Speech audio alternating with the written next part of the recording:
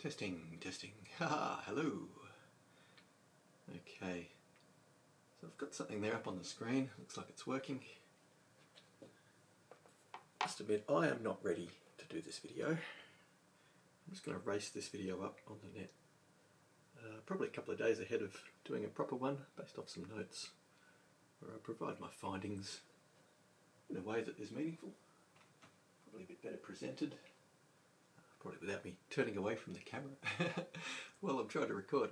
Okay, so what I'd like to do is just investigate a few of the big issues that are happening in this game presently.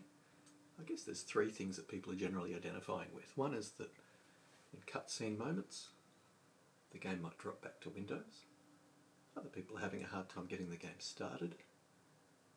And what's the other one? Oh, judders and stutters in the game.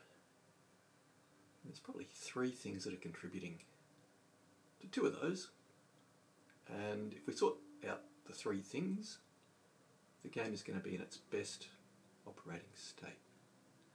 Now the first thing I want to confirm is that a lot of people have come to realise that in the last few weeks or small block of time, a game that they used to have working flawlessly is no longer doing so. So that is something that has happened. What I have noticed, it might be specific to my rig for certain reasons, but I noticed the game uses a lot less VRAM, whereas it used about 3 or 4 gigabytes more VRAM from day one, up and recently it no longer does that, and I see the game constantly emptying the contents of my VRAM, so it's leaving 3 gig available.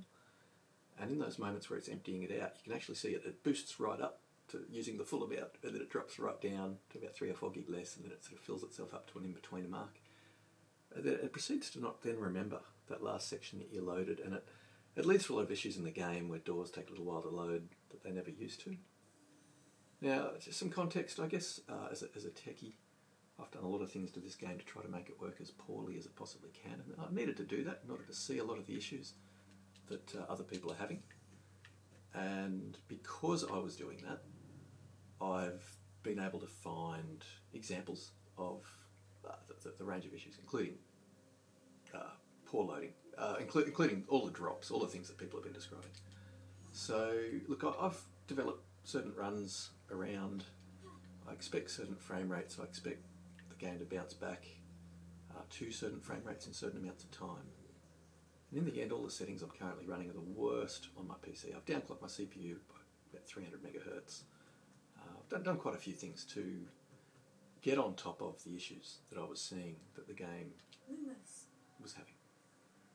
Okay, so look, what's going to be really handy right now, just for those at home, I'm just going to bring up some metrics on the screen, which should allow us to see what's going on. So, from what I can see, in the corner of the screen there, you're going to see frames per second, and then 99th percentile low, or the 1% low underneath it. So it's currently saying about 30 and sort of 20 something in those. Some of the things that I'm going to talk about today is the GPU power column. Watching that is actually what allowed me to get on top of what was going on in the background, and so that's quite relevant. But things like the micro stutter, that can be telling in terms of showing you where the issues are. Things like your GPU VRAM in use, but they might not matter to the end users at home who just want to put a solution in play and have the game work. So, look, we should really deal with the elephant in the room, which is, something that caused a lot of the issues for me, which is I only had one lot of the issues, which was the VRAM no longer using all my data. And so occasionally I'd have little micro stutters or streaming issues where it was moving lots of data in and out. And after a while I'd get these little janky moments in really heavy to load in areas like this one, and in Hogsmeade, and that was where I'd see the memory utilisation jump up from, in this case 12 up to about 15.5, which is where it would sit for like days at a time. Once upon a time it would clear maybe down to 14 and then shoot back up to 15.5. Now it likes to stay at 12 or 13. And so the reason I'm running my frame rate so low at the moment is I've just turned off the frame doubler. The frame doubler might use a little bit of RAM, and so I just want to see if maybe that frame doubler on has been dropping my VRAM aggressively. I don't personally think it is. I think I have already done checks on this to just eliminate it as the cause. But just right now, for the sake of this video, just like to always have a test going in the background while I'm doing something. So I'm going to run around a few areas of the game. People can kind of see what frame rates might be expected, or where jank might be expected. My little test runs won't be the same as yours. I've built the whole game around a concept of holding at least 30 frames a second on my 1% lows, and then boosting the game up from there, taking whatever frame rate I can get. And so I generally ensure that my 1% lows stay above 30. I use a frame doubler, and then I lock my frame, so I basically sit on 60 all the time, quite neat, with no real frame drops. So that works for me, but I haven't turned that frame doubler off now for quite a while. Just giving it a run now, as I say, to see if my VRAM goes up and stays up. But look, as I say, I've got a few notes in terms of things we need to put in play or place at the moment as solutions. So look, let's treat them as three different issues, right? So anyone that's getting drops during cutscenes probably have their streaming systems working really hard to bring in the data, and they might still be generating shaders. Depending how new your game install is, you might be stuck in generating shaders in the background while the game is playing. And that's really what I want to address in this video. And as you can see already, I've sort of been talking 2 or 3 different directions.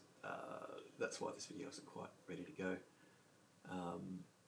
So look, we've got to address the streaming issues. I think the game uses your page file. If your game is on an old SSD or a budget SSD that uses the CPU a lot while it's loading data, you might have had your game working fine for a year or so, but now that the streaming systems are so aggressively emptying and moving data, I found that the budget SSD drive that had ran the game flawlessly for a year was now working so hard in overtime in the background and really hitting the CPU hard because of how much extra it was working hard, that it was starting to affect the frame rate. And so by moving the game, believe it or not, onto a much slower solid-state drive, but it was a slightly more costly one when it was built, and it has a better controller chip in it, and it doesn't hit the CPU so hard, and it was making a really big difference. Okay, so I'm seeing my VRAM is still culling down. It briefly went up to 13, 14, and then shot back down.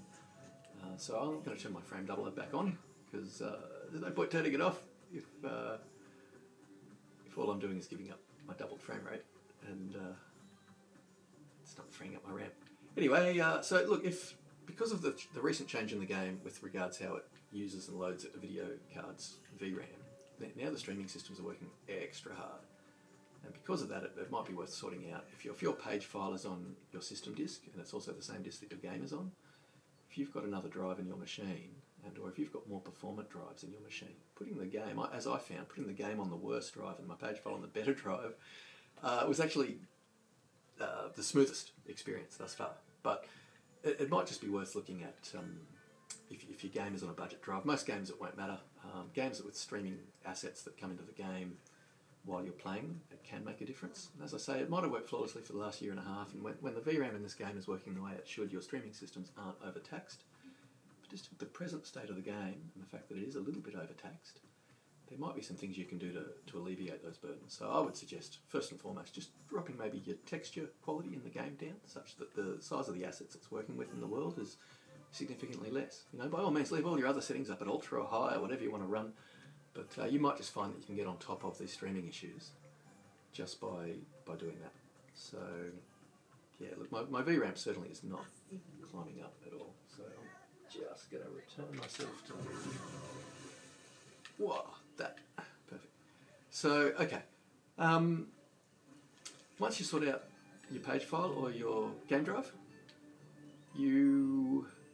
that should alleviate the streaming in of data. I found that the drops then were mitigated. I'd really gotten rid of a lot of the niggles. But what I found in testing yesterday and running around a lot and just looping in game over and over again, running over the same exact area, was that with time of day transitions and different lighting or different weather patterns would kick in, the game had need to use different shaders, and it didn't have them ready. And whenever it had to build them, there was this really predictable scenario where the first time I'd run past it, there'd be a jank for a certain amount of time. Let's just say, for the sake of my story, a second. And then the next time it'd be a second, the third time it'd be a second, and then it'd be 0.3 of a second. And on the fifth pass it'd be 0.1 of a second, and then it would be good. And I could continue to do the run 5 or 6 times flawlessly, and then a weather pattern would change, or a time of day would change, And there'd be a slightly different lighting cast in game, and I'd need different shaders generated, and the whole process would rinse and repeat. Now, it could be it's shader generation. I'd just like to say that there is an old feature of Windows, it was introduced with Vista, where it'll use system RAM to cache data that you keep hitting. And at the moment, the techie in me is on the fence about whether that's actually what is happening, and that eventually Windows is caching the data that the game is no longer holding. And it's just making use of my extra VRAM. It's something I saw back in Oblivion days, where the game itself would only use 2 gig of your system data because it was 32-bit app, but Windows itself, once Vista came along, could keep more of the game world in loaded. So if you went to a shop 2 or 3 times, if the last shop you went into, it would always load back up again. The game itself would allocate RAM to keep that in RAM. But the Windows feature where it would start using system RAM to keep in RAM frequently used memory access or frequently used data access. And if you visited the same shopkeepers in Oblivion, it would load up instantly. And if you went back to a shop you'd been 2 or 3 shops ago, which the game itself would have emptied from RAM, after a while Vista would keep that in RAM. So there might be some back-end systems in Windows that are assisting this or getting in the way of me really being able to see how deep the rabbit hole goes. It might be that after 5 passes, the reason the compilation error stops altogether is that Windows is keeping it in the background. So it might be just a feature of systems that have more RAM than the game needs. And so I don't know if that'll be on everyone's machines. I need to check that. I don't know. Look, once the passes are done, right? So if you load your save game up and you just let the weather patterns and the day patterns go past for a couple of days in game, it seems like the shaders are generated and the drops aren't happening. And I've seen it in a section of the game where there's no changes in the lighting or anything, and it goes from 45 frames to 60, or a difference of 7 frames before frame doubling kicks in, which can be a significant amount of a person's overall speed. So let's talk about potential solutions. I dropped the speed of my card. I found that pushing my card into a much lower... Okay, so what was happening is I was watching it choke. Let's just say how I came to a solution, which was to drop my card speed. What was happening is in game, anytime there was a massive jank where the game would lock up for a bit, I would notice that the GPU power would drop right down. Basically, of the power states that a GPU operates in, and the old AMD drivers show that cards have 9 different states. If it got too hot working in one state, it would drop down to the one underneath it, and so on and so forth. Now, current drivers don't really show that or show those states. But I was watching what was happening in the game in terms of how much power it was using on my GPU, and I was watching it change power states. So with that in mind, what I then started to do was tuning on the game screen at the start of the game where it says preparing shaders, and using that until I came up with settings on my GPU where the power state didn't choke when it was generating those shaders. So what would normally happen if I was running my clocks up at factory clocks or regular fast clocks is I would see on that shader generation screen that it would be in the bottom power state. It would be sipping 37 watts of power. But once I started finding numbers that would ease off and just the most power sipping, once I got my core sorted out so that it could brute force these shader generations that would make the chip get really hot and therefore drop to lower power states. Once I could find the power states that worked for it so it didn't drop down to the lowest, that shader preparation screen would go by a lot quicker, and it would sit in GPU power mode where it would be hovering at 50 watts constantly, or 80 watts, or 100 watts, or 150 watts, and I'd watch the little green bar move along quite quickly. So once I found a profile that ripped through that screen a bit quicker, because it was staying in a higher GPU power state for the majority of the process, I found that in game, the little niggles, where it would be dropping down trying to generate a shader in the background, it could brute force without the frame rate having to drop right down. So at the moment, that's the reason why I rushed this video up, is I've just come to realise there's 2 or 3 things that are leading to frame jank in people's games. For the majority of people, it's going to be shader composition stuff in the background. That is, anyone who's done a new install, anyone who's had troubles and then come along and deleted. There's directories on the, there's help files on the net where people are saying, delete or rename a particular folder, blah, blah, blah, old, and that'll double your frame rate. It's like, well, no, it just deletes all the shaders, and then you run around Hogwarts Castle for a couple of hours and there's no reflections on the ground. And if you leave the scene on screen for a while, with really low frame rate, eventually it'll generate the shader needed, and it'll finally have the reflection in place, and it'll finally draw it on the screen, and each time it does that, you'll progressively watch your frame rate drop back to what you would have had prior to deleting or renaming that folder. So I would just suggest don't do that. It isn't a doubling of frame rate. It will allow you to show everyone that you've got all your settings set to ultra and that your frame rate's really fast, but the actual visual fidelity in your game will be right down. And so after I renamed that folder, and I did the processes, investigation, and my missus and I watched for 2 days, like the game world just not being right, and reflections just not being in place, and frame rate lows, as I say, if I leave the camera stationary, and just after a while it finally gets that shader sorted out in the back end at a very slow rate. It's working on it. It's like the programmers have said, just use 2% of your card's grunt to do this, sneak it by in the background. But after renaming that folder and removing all my pre-generated shaders, I found that my game was back to having week 1 issues in the graphics that I thought had been sorted out by patches. But it turns out they were just issues in the game that once the shaders are generated for it, the issues go away. So highly encouraged, don't rename that folder. But for anyone that's just done a clean install of the game or is currently rebuilding all their shaders, you're going to have these shaders being generated in the background. Whilst I get much better frame rates in my game if I tune my GPU up a couple hundred megahertz, and I ran the game flawlessly that way for a very long time, with the current situation where it's dumping the VRAM so much, just to get things working, I've set things to the slow speed, more so while I build through all my shaders again, and that's working for me, just brute forcing, getting it all done. So for anyone out there, don't rename that folder, please. If you've got a new install, give it time, maybe let a couple of in-game days cycle. Look, anytime you change your resolution or change your settings to using a DLSS or an FSR technology, anytime you make in-game changes, the shaders change up the way that they are, the way they work, or the way they need to be drawn. I could be wrong, it might not be every title, but I know with Arc Combat Evolved, I would generate the shaders at 1 resolution. If I changed my in-game resolution, the cool effects didn't line up around tree edges and stuff. You could just see it was a resolution mismatch. So my suggestion is, or my belief is that the shaders are built based on resolution, based on settings. And so as much as I want to change some in-game settings, there's just no way in the world right now I'm going to do that. I'm going to keep running with these settings and let all those shaders get built up and try and get my game performance back where it should be. Looking really pretty. Ooh, a little bit messy there. Okay, so yeah, so my frame rates now are down a fair bit, but look, some tricks. When you're in those INIs, if you are looking around at the game files, you can put the game in a full screen mode.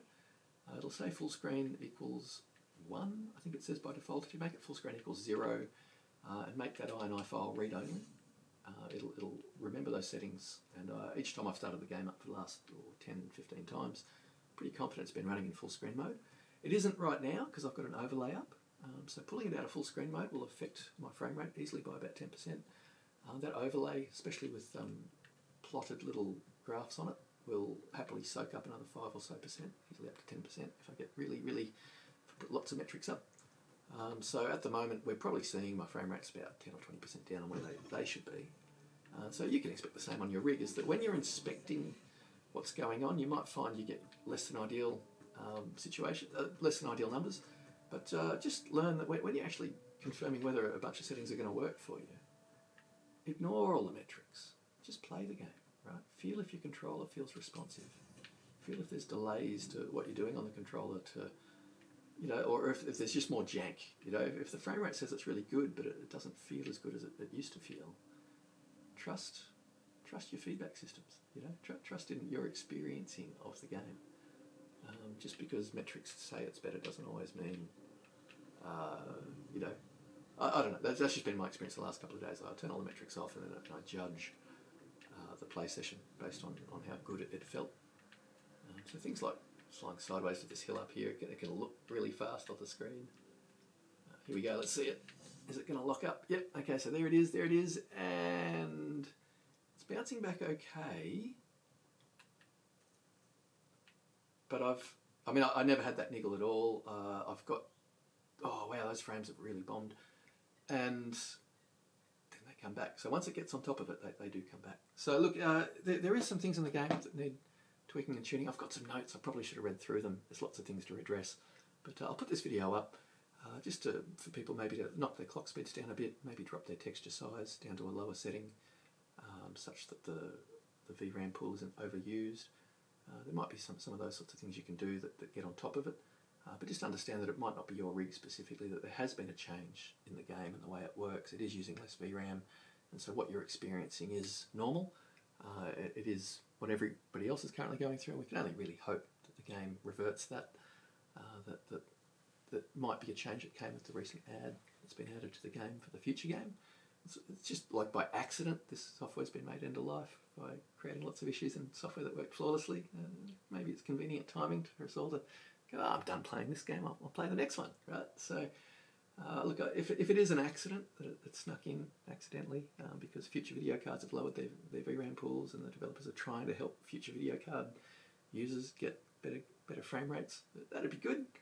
But at this point in time, it needs to be changed back to the way it was, at which point all of these issues will go away. But right now, because all our issues are exacerbated, we can see all the borderline systems, so systems like my own that were sitting on a 10-year-old SSD, or a 10-year-old CPU, and having real troubles moving that data around, really have given me a chance to see all these little things trip up an otherwise perfectly smooth gameplay session. But as I've tried to deal with each of the issues one by one, I've found that the problem is multifaceted. There's actually a few things going on, and other users might be having that going on, and the forums aren't always filled with useful information. A lot of the people that are offering tech support help have systems that are very capable of brute forcing the game and don't experience any of the same issues that other users might have. And so if we can just share the knowledge, I guess, we're all better off for it. Leave some comments of your particular system, what your errors are. If there's some trick you've found that seems to be working, always happy to collate the data and try and share it. And we're all better. Standing on the shoulders of giants, together we stand. Alrighty, well wishes with. May you have a wonderful day.